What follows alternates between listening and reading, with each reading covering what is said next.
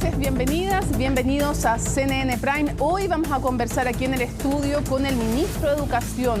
Post-paro, ¿cuál es la situación de los colegios? ¿Cuáles son los desafíos y el balance? Bueno, parte de lo que vamos a conversar hoy aquí en CNN Prime, en una jornada en que, por supuesto, viene tolerancia cero también después del noticiero, ni más ni menos que con la ministra del Interior, Carolina Toá. Pero hay muchas noticias que revisar. Comenzamos con los titulares. El presidente Gabriel Boric lamentó sus declaraciones sobre el suicidio del general en retiro Hernán Chacón tras ser condenado por el asesinato de Víctor Jara. En conversación con Canal 3, el mandatario aseguró que él no es quien para juzgar esa decisión y que no contribuye al debate que necesitamos como país. La presidenta del Consejo Constitucional, Beatriz Evia, defendió la polémica enmienda de su sector que exime del pago de contribuciones a las primeras viviendas. La consejera republicana señaló que la medida, comillas, no va a desfinanciar a los municipios y que beneficia a la clase media. Esto en respuesta a las críticas de expertos y de la Asociación Chilena de Municipalidades. 4 de los 10 pacientes internados tras un accidente del biotren en San Pedro de la Paz permanecen en estado grave. Además, el director del Hospital Regional de Concepción indicó que los 2 menores de edad que participaron en la colisión están fuera de riesgo vital. Y en temas internacionales, diversos efectos deja a esta hora en España un temporal de viento y lluvia que afecta a todo el país. Madrid sigue en una situación complicada y se mantiene la alerta roja en la zona sur. En Toledo, en tanto, pidieron a la población no salir de sus casas por el riesgo de inundaciones. Las lluvias ya provocaron el corte de carreteras y líneas ferroviarias. Todo esto y muchísimo más porque aquí comienza CNN Prime.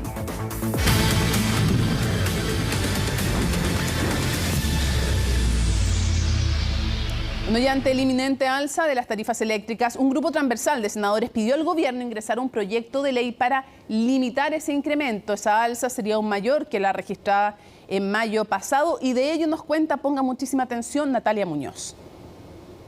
Aproximadamente 273.000 pesos solo de luz mensual. Los gastos acá por las máquinas, pero de repente uno siempre trata de ahorrar luz, apagar focos. Pero es harto lo que cobran, es demasiado. Jorge es dueño de un minimarket en Santiago Centro. Su negocio consume al mes sobre los 500 kWh de electricidad, lo que lo cataloga en el tramo más afectado por un inminente aumento de las tarifas eléctricas. Afecta demasiado, para nosotros por lo menos. Afecta harto. Debería haber ayuda, porque aparte lo que pagamos el IVA también es caro, entonces yo creo que debería haber ayuda. Una ayuda que piden las pymes y también un grupo transversal de senadores, quienes hicieron un llamado al gobierno para que ingrese un proyecto con el fin de limitar el aumento producido por el nuevo decreto tarifario de la electricidad para los clientes regulados, incremento que nos afectará a todos. Le pedimos al gobierno que implemente un mecanismo de protección al consumidor vía subsidio. Así de claro. Y esto tiene que hacerse en las próximas semanas. Va a subir especialmente para las pymes y aquellos emprendimientos que gastan más energía eléctrica, pero no tienen cómo solventar de hasta un 50% de recargo en la tarifa. Hemos venido insistiendo que había que entregar un subsidio a la gente vulnerable de este país.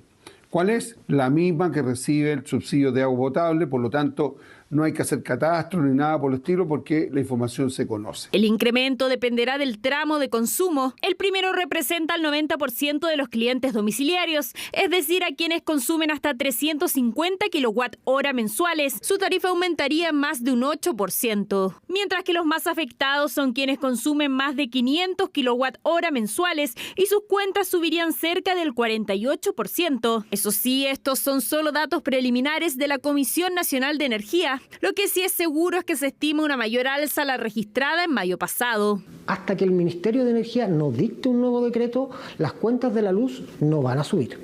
Ahora bien, el informe preliminar efectivamente proyecta alzas significativas, especialmente en altos consumos.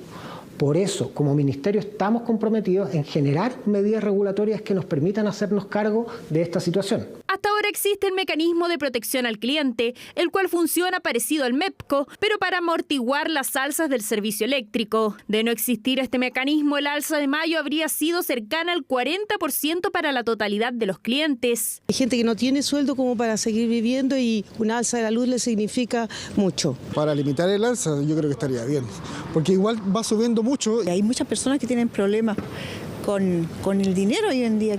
No entiendo por qué sube. Por ahora los nuevos precios no son específicos y dependerá de la zona y del lugar del país. Pero sí queda la duda, ¿por qué debe subir la tarifa eléctrica? Tiene que ver con esta idea de haber congelado las tarifas en los años 19 y 22. Si bien uno puede entender las circunstancias políticas en las cuales se da este primer congelamiento en noviembre del año 2019, esto viene a demostrar que el congelar tarifas, como se hace en otros países, con muy malos resultados, nunca es una buena idea. El precio no subió, a las generadoras no se les pagó lo que se les debía pagar y por lo tanto las generadoras tuvieron que endeudarse. ¿Y cómo se podría solucionar este tema? Algunos apuntan a las energías limpias. Todos los precios de los contratos con centrales convencionales están por sobre los precios de los contratos con energías renovables no convencionales.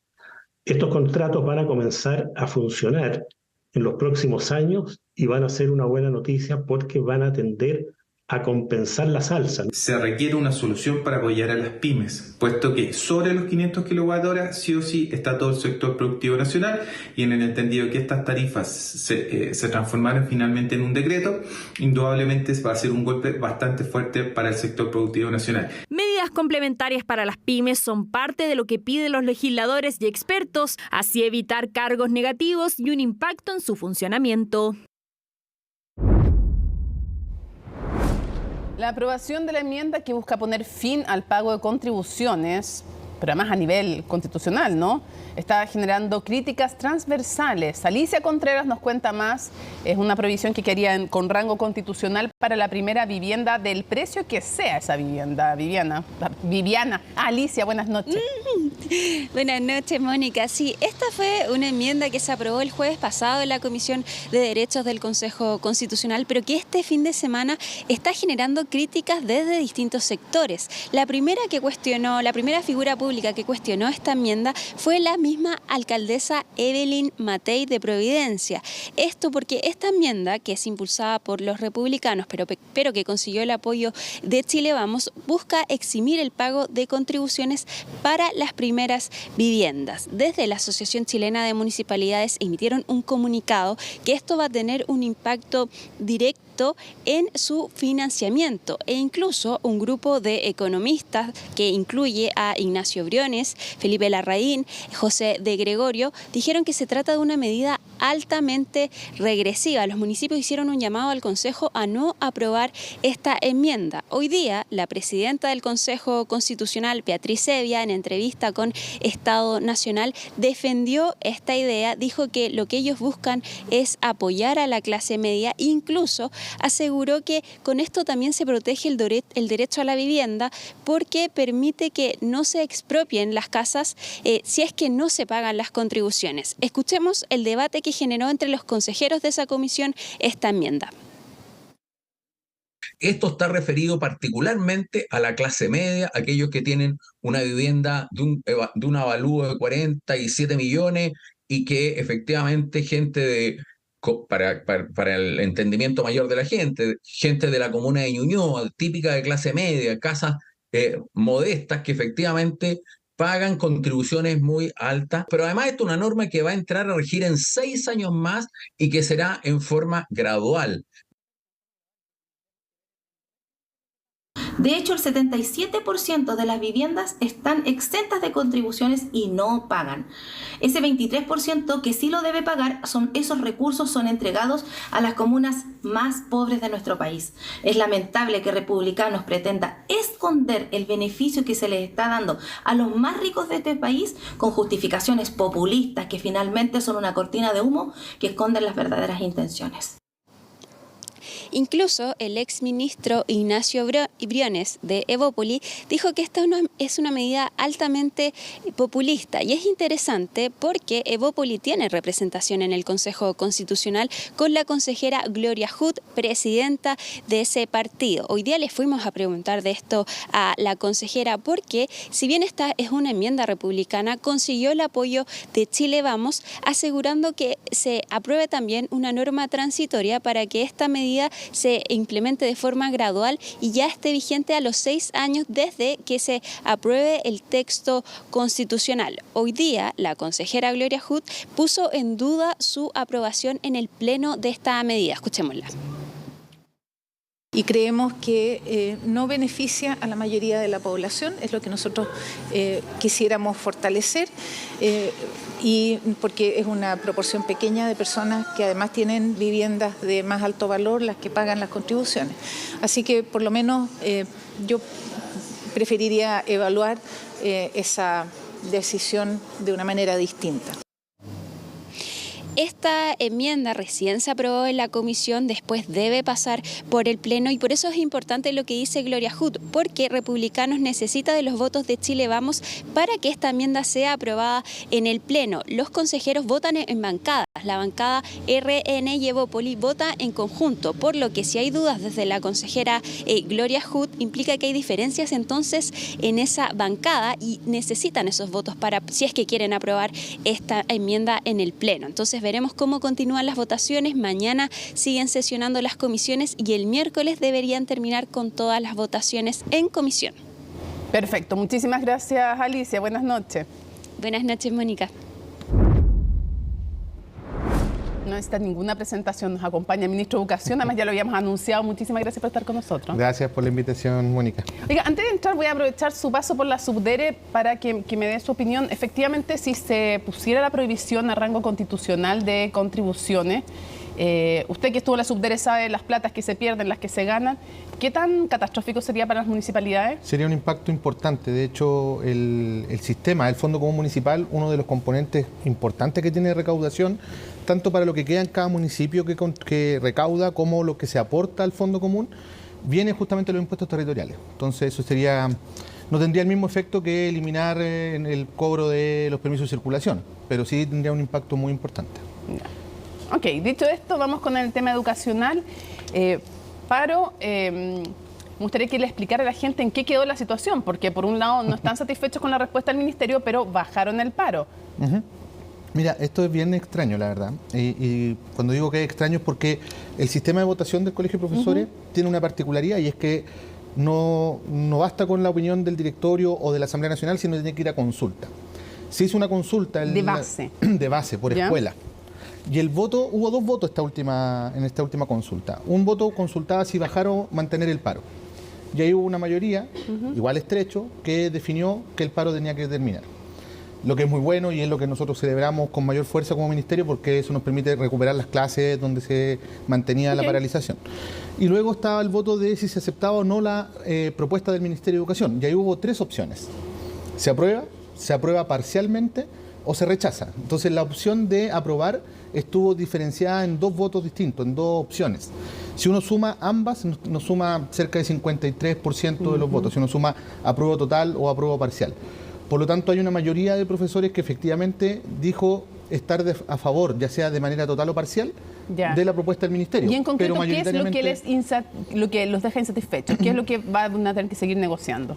Mira, yo espero conocer un poco más de detalle de la conversación que vamos a tener el día de mañana con el directorio nacional del Colegio de Profesores. Pero algo le habrá adelantado el presidente del Colegio de Profesores. Principalmente lo que nos dicen, y algo señaló él en el punto de prensa que tuvieron el día jueves. Hablar de la desconfianza, ¿no? De que se cumplan efectivamente los compromisos.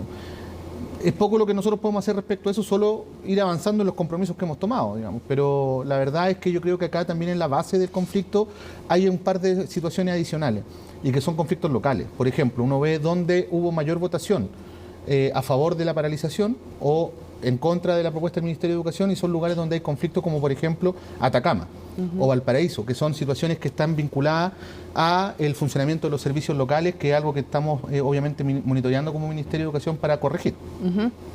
Ahora, quisiera preguntarle si a usted le parece que en esta ocasión el paro era legítimo o no. Mira, yo creo que estábamos en medio de un proceso de diálogo y de negociación. Habían existido ya, si no me equivoco, 5 respuestas previas del Ministerio, cada una con elementos adicionales. Cuando yo llegué al día siguiente me tocó formular la última respuesta, que fue la 6ª carta, y esa contempló avances bien significativos. De hecho, tan significativo fue que en la Asamblea Nacional, que se hizo justamente en el contexto del envío de la carta, 170 de 190 asambleístas del Colegio de Profesores aprobaron la carta. Por eso le pregunto. Entonces, yo tengo la impresión de que en este contexto, considerando los avances que se habían generado, considerando que el gobierno había mostrado una voluntad de diálogo y de avance, yo creo que no estaban dadas las condiciones políticas para que se sostuviese un paro. ¿No se justificaba el paro? No, de ninguna manera, de ninguna manera. La exministra Adriana del Piano, con la que usted trabajó también, dijo que hoy día no había simpatía por la forma en que ejercían las demandas los profesores, que si en el pasado había, ¿usted siente también que la ciudadanía de alguna manera está desconectada de los profesores, no respecto a su labor en la sala de clases, que es súper valorado obviamente, sino que de la forma en que están ejerciendo sus demandas? Mira, yo no tengo una encuesta de opinión al respecto, pero sí tengo un WhatsApp que se me llenó de comentarios de apoderados, de asistentes de la educación, incluso de profesores y profesoras que no estaban de acuerdo con la decisión, y todos convergían en un punto muy común. No es el momento de una paralización cuando estamos en una situación de crisis en educación, donde los estudiantes están con un problema de aprendizaje, heredado obviamente del periodo de la pandemia, donde Chile tiene un tremendo desafío en ese ámbito. Entonces aparece desproporcionado cuando han habido diálogo, cuando hay respuesta a las demandas que tienen los ¿usted profesores. cree que la ciudadanía tiene un juicio crítico de dejar sin clases a los alumnos por una paralización? Y de la oportunidad de hacerla en este contexto, sí, por supuesto. Quisiera preguntarle, usted además habló de la adhesión al paro, hubo una baja adhesión. Sí, lo que nosotros monitoreamos, considerando todo el sistema subvencionado por el Estado, que hubo cerca de un 14% en promedio durante los días de paralización. Entonces la pregunta de cajón después es, ¿qué tan representativo es hoy día de los docentes el colegio de profesores? Mira, hubo más de 50.000 profesores que votaron en la consulta, según los datos que entrega el propio Colegio de Profesores. ¿Cuántos profesores hay a nivel Cerca nacional? de 200.000 profesores. Ya, Ahora, eso es en todo el sistema. Digamos. Eso es en todo el sistema y en general el Colegio de Profesores representa al sector público, más que al sector particular. Ahora, ¿cuántos hay en el sistema público, se lo pregunto entonces? Deben ser un poco más de 100.000 profesores. Ya. Sí, entonces un poco menos de la mitad del total de profesores del uno sistema. aspiraría que el colegio de profesores los representara a todos, a los del sector público y del sector privado, pero entonces por eso le pregunto. Ahora, ojo, ninguna organización social ni sindical llega a esos niveles de representatividad. Lo sé, pero yo diría que incluso una alta. Pero en la adhesión, en lo que piensan, no digo en cuántos están en el fondo sindicalizado, cuántos están en el colegio. Absolutamente. Lo más importante es cuán conectados están con las demandas ciudadanas. Es que esa es mi pregunta. Mi pregunta es, ¿cuán representativo cree usted, el colegio de profesores del sentir de los maestros en Chile hoy día?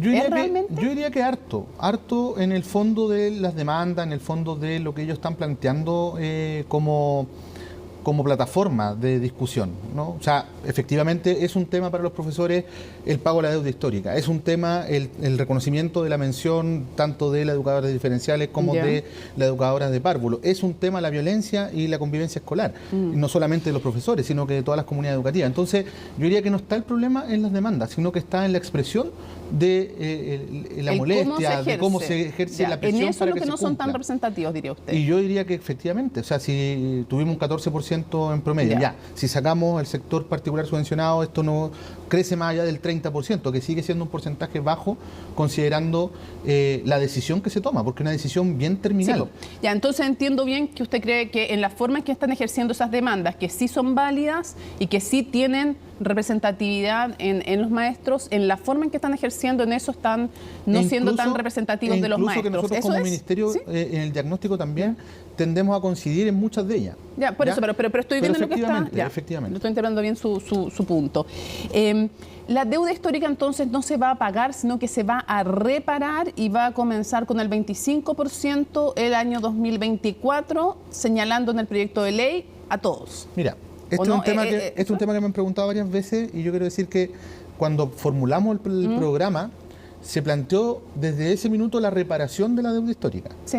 Pagarla significa más de 12.000 millones de dólares, es decir, casi 4 puntos del PIB, sino un poco más, dependiendo del valor del dólar que utilicemos. Entonces, tanto los profesores con los que hemos conversado, como con la propia directiva del Colegio de Profesores, todos entienden que esto tiene que tener un bono reparatorio o alguna medida reparatoria. No están ni ellos pidiendo el pago completo, ni nosotros tenemos condiciones de hacerlo. Pero empezaría en el 2024 con el 25%. Eso es lo que prometimos, en efecto, tanto en la carta como en la cuenta presidencial del presidente, y partir por los casos más urgentes. Pero el proyecto de ley los va a incluir a todos, con otros plazos, pero los va a incluir a todos. Eso es lo que terminamos de precisar en la última respuesta. ¿Y eso implica hacerlo con una ley o va a quedar a voluntad de los próximos gobiernos? Sí, de hecho lo que nosotros planteamos fue presentar un proyecto de ley en el mes de diciembre.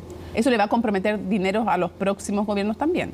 Mira, generalmente los proyectos de ley que tienen expresiones plurianuales terminan haciendo eso. Sí, pero va a estar garantizado porque no va a depender de la voluntad, sino un proyecto de ley.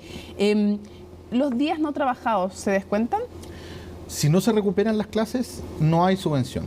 Evidentemente, porque no se paga por clases no hechas, por asistencia no generada. ¿Y eso implica que el empleador les va a descontar o no? Y eso implica que los empleadores podrían descontarle, pero una decisión que tienen que tomar cada empleador. Cada empleador. Sí, cada uno de ellos son autónomos. Es que si no va a ser menos plata para otras cosas que también hay que pagar. En efecto, por eso yo parto señalando que el día no recuperado, la clase no recuperada, significa menos ingresos para los sostenedores. Y ahí me lleva a un tema, porque hoy día se le entregan los dineros a los sostenedores por alumno en sala, o sea, por asistencia. Sí. Y eso implica que cuando no hay clases y no van ninguno, o cuando, por ejemplo, hay ausentismo escolar, obviamente es un perjuicio el ausentismo escolar también para cada niño que no va, pero también para el que está en la sala. ¿Por qué? Porque son menos recursos. Y son menos recursos que terminan con... Es bien perverso el mecanismo cómo funciona. Son sueldos impagos, son previsiones... O sea, a mí me asombró ver que en varios años en algunos lugares no se les pagaba el sueldo completo a profesores y cosas así hace bastante tiempo. Por ejemplo, en Chiloé. Muchos lugares. Sí, por ejemplo, uno me acordaba que era como... Y entonces quiero preguntarle, ustedes lo dicen en su carta, pero ¿van a cambiar, durante este gobierno, va a cambiar la forma de financiamiento, sí o no? ¿Y de qué forma? Si no es por asistencia, ¿qué? ¿Va a haber un porcentaje por asistencia y otro por fondo fijo o todo fijo? Mira, para responderte esto necesito al menos 2 minutos. A ver. Porque no es un debate sencillo. Mira, lo primero es que el debate del financiamiento en Chile ha estado vetado por mucho tiempo, porque finalmente es un debate que técnicamente es muy complejo. Cambiar el DFL2 del 98, que es la ley de financiamiento, requiere de harto análisis, de harto trabajo técnico. Además, políticamente no había voluntad, simplemente. El mundo particular subvencionado y en general el mundo de la actual oposición siempre ha sido resistente a modificar el mecanismo de financiamiento. Cuando yo asumí como subsecretario de Educación y recibiendo a muchos alcaldes con sus respectivos parlamentarios de oposición y de gobierno, me di cuenta de que transversalmente estaba muy instalado el tema de la necesidad de cambiar o superar el sistema actual. En la Subdere me terminé de convencer de aquello, trabajando directamente con los municipios y con el mismo proceso de recibir también a parlamentarios de todo el mundo, de todo el espectro. Cuando me tocó presentar la hoja de ruta del Ministerio, tanto en la Cámara como en el Senado, yo puse a prueba esta discusión. Y yo planteé esto que había logrado visualizar.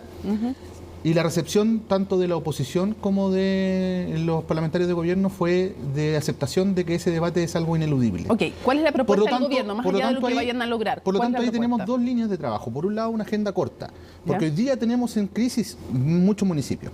¿Ya? Y eso está expresándose, por ejemplo, en casos como el de Ancud, donde hace poco se puso un administrador provisional, me llegó un audio la semana pasada, porque se hizo el primer pago, y hace años que no recibían el sueldo completo. Por eso, pero yo quiero saber cuál va a ser la propuesta del gobierno. La propuesta nuestra tiene 2 líneas. Por un lado, en el corto plazo vamos a presentar modificaciones y ajustes en el marco de lo que hoy día tenemos como modelo, y estamos trabajando junto al Banco Interamericano de Desarrollo, junto al BID, para que nosotros presentemos a fines del 2024, principios del 2025, una propuesta de reforma al sistema de financiamiento que es un poco más robusta. Hay algunos principios como esto de superar la lógica del financiamiento por asistencia promedio. Eso yo creo que evidentemente no va. ¿Cuál es la forma exacta? Es lo que estamos determinando técnicamente. Pero al menos ya sabemos que no va a ser por asistencia. Esa no es la idea que siga así. O una variable, que sea una dentro de muchas otras variables, ¿no? Ministro, vamos a otro ámbito. Cuando estuvimos acá, el exministro de Educación dijo que él no calificaría lo ocurrido en la pandemia como un terremoto educativo. Entonces me gustaría que usted me haga una metáfora. ¿Cómo se puede calificar lo ocurrido durante la pandemia? ¿Qué tan grave es? Yo creo que es muy grave. La metáfora que utilizaría, no sé si la del terremoto, porque depende del grado que tenga el terremoto, la complejidad que tiene. Pero es grave, es muy grave. Yo creo que aquí, más allá de metáfora, lo que uno tiene que hacer es asumir con cierta responsabilidad con los diagnósticos que ya están, digamos, y los diagnósticos son bien brutales. En el CIMSE y tanto en lenguaje como en matemática, los niños demuestran aprendizaje descendido. Brechas como las brechas de género en aprendizaje matemático que retrocedieron una década. Entonces, y la pregunta es si ustedes van a adoptar la recomendación del Comité para la Reactivación de crear un fondo especial ligado a un plan que aún no conocemos, porque esa es la recomendación, que se ligue a un plan concreto y que sea de un nivel el fondo, casi como lo que se ocupa para las emergencias cuando hay desastres naturales. ¿Están dispuestos a crear un fondo así de robusto? Mira, yo creo que en términos presupuestarios es una discusión que, por cierto, excede al Ministerio de Educación y tenemos que discutirlo en profundidad con el Ministerio de Hacienda y particularmente con la Dirección de Presupuestos. Sin embargo, creo que tenemos que tomar todas las medidas que sean necesarias tomar y allí ya se están destinando importantes recursos. Ojo, cuando hablamos de un fondo, o cuando se plantea la idea de un fondo, no necesariamente significa tener recursos frescos para eso, sino que también es reorientar recursos que hoy día a lo mejor están siendo utilizados en áreas en las que no es tan prioritario tener esa Ministro, inversión. se me va a acabar el tiempo, así que antes quiero hacerle un par de preguntas para ir cerrando. Quisiera contar que, para quienes no lo saben, su padre, Héctor Cataldo, era integrante del MAPU, fue detenido por infantes de Marina en la dictadura, estuvo 2 años preso, fue torturado, su testimonio está en la Comisión Ballet, y por tanto me parece de todo pertinente preguntarle a usted también, ¿cómo vive usted el 11 de septiembre y qué es lo que se va a hacer en los colegios el 11 de septiembre? ¿Va a haber algo especial en los colegios públicos de Chile el 11 de septiembre? ¿Le gustaría a usted también que fuera lo que existiera en todos los colegios? Mira, sí, me toca una fibra bien sensible, la verdad. De hecho, han sido días bien emotivos esto a propósito del lanzamiento del plan de búsqueda y otras cosas. Es bien difícil contener las lágrimas y emocionarse, pero para ir rápido a la respuesta, a mí lo más importante como hijo de una víctima de violación a los derechos humanos es precisamente el garantizar la no repetición y tener mucha atención en atajar el proceso de negacionismo en el que estamos viviendo o observando, al menos como sociedad, y por tanto garantizar que la formación que se entrega en nuestras escuelas garantice el respeto irrestricto a la democracia y a los derechos humanos. ¿Cómo se debe enseñar el 11 de septiembre en los colegios? Yo creo que más allá de cómo se enseña el momento histórico en particular o el hecho histórico del golpe de Estado, lo relevante es cómo nosotros inculcamos en la formación de manera transversal el respeto a los derechos humanos, la garantía de no repetición a propósito del hecho histórico propiamente tal y además el respeto a la democracia, cuando vemos que hoy día las personas están dispuestas a perder libertades para garantizar su seguridad o que los estudiantes cada día más o los jóvenes cada día más le dan menos valor a la democracia para resolver los conflictos en la sociedad, que esos están en algunas encuestas que se han hecho, a uno tiene que mirarlo con preocupación, sobre todo desde la docencia. Sí, pero me gustaría que usted me contara cómo se debiera enseñar, cree usted es profesor de historia, ¿no? Yo soy profesor de historia. ¿Cómo se debiera enseñar el 11 de septiembre y qué preguntas le gustaría que los niños y jóvenes se hicieran sobre esa fecha? Bueno, estas, pues precisamente... ¿Cómo se debería enseñar? ¿Qué se le debe decir a los niños? ¿Qué se debe decir? Bueno, primero, efectivamente, lo que aquí es central es que los hechos históricos no se pongan en duda.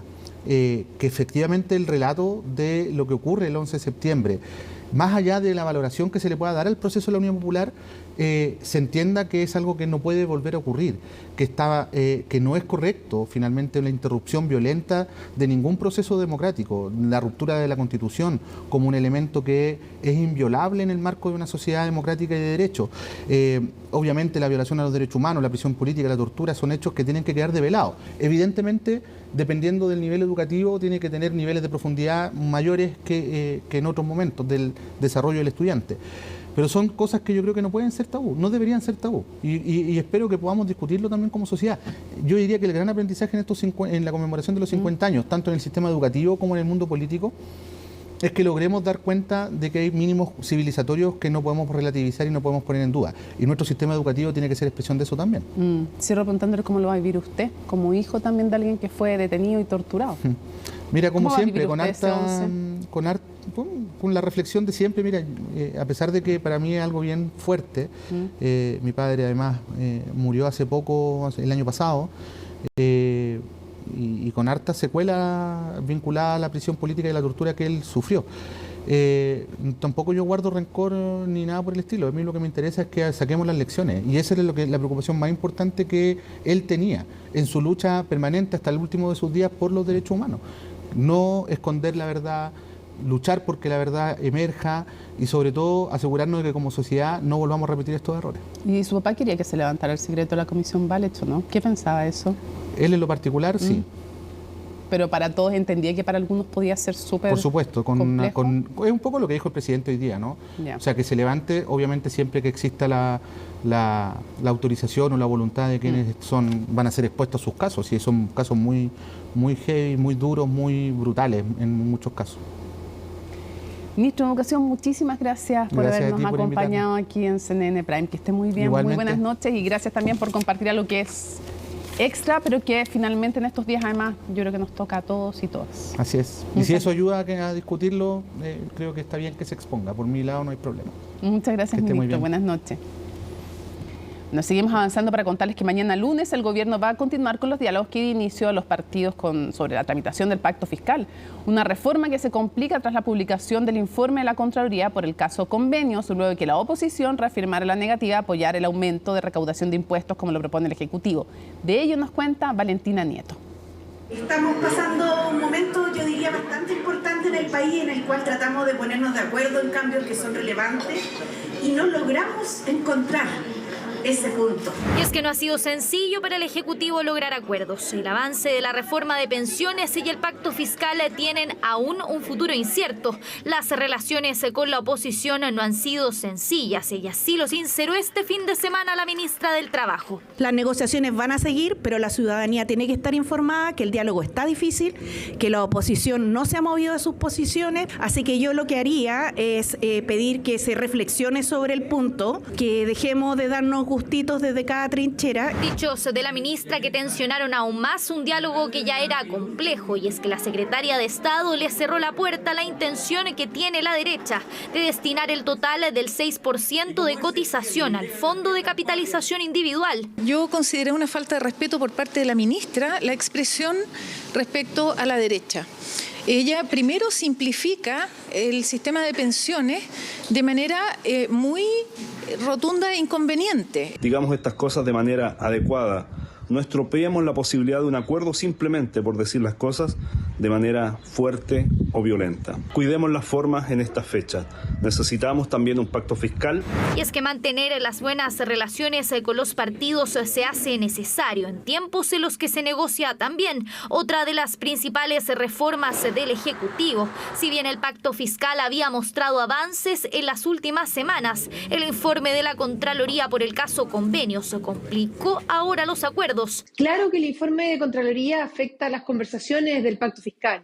El gobierno tiene que entender que las prioridades han cambiado dado el avance de la corrupción. Es urgente que el gobierno se involucre.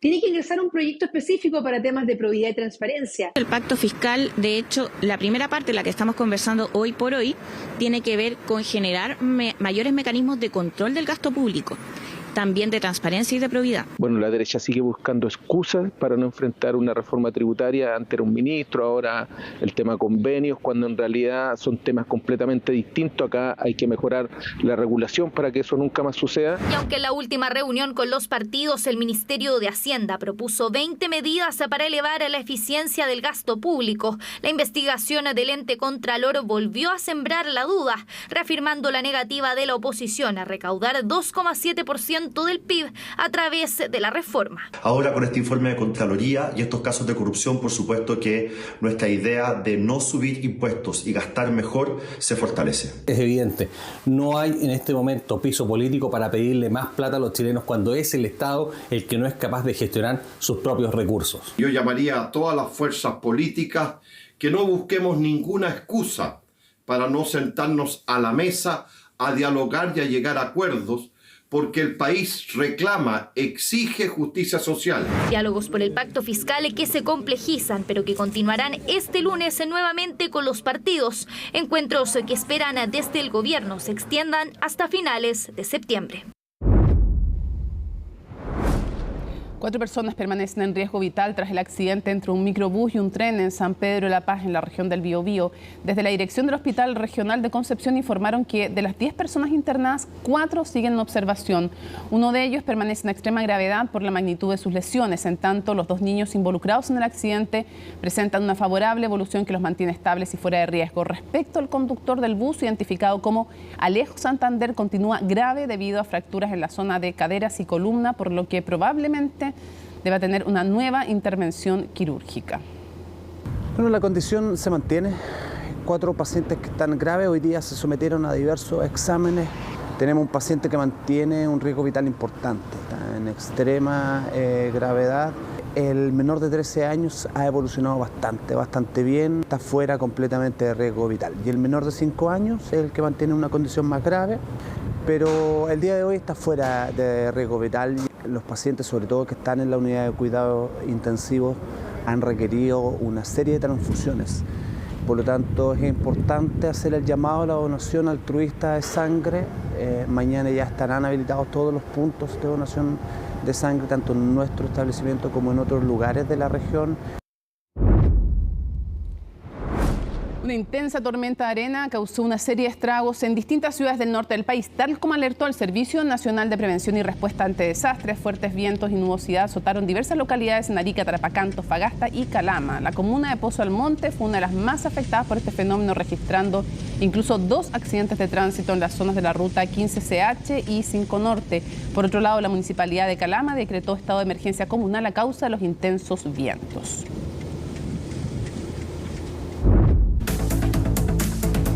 Termina entonces CNN Prime, pero ya viene, por supuesto, Tolerancia Cero antes del tiempo. Pero Tolerancia Cero, ¿y por qué es tan relevante hoy día? Bueno, porque va a estar con nosotros, el panel está listo y dispuesto, la ministra del Interior, Carolina Toá, así que hay muchísimo que conversar, no se lo pierdan.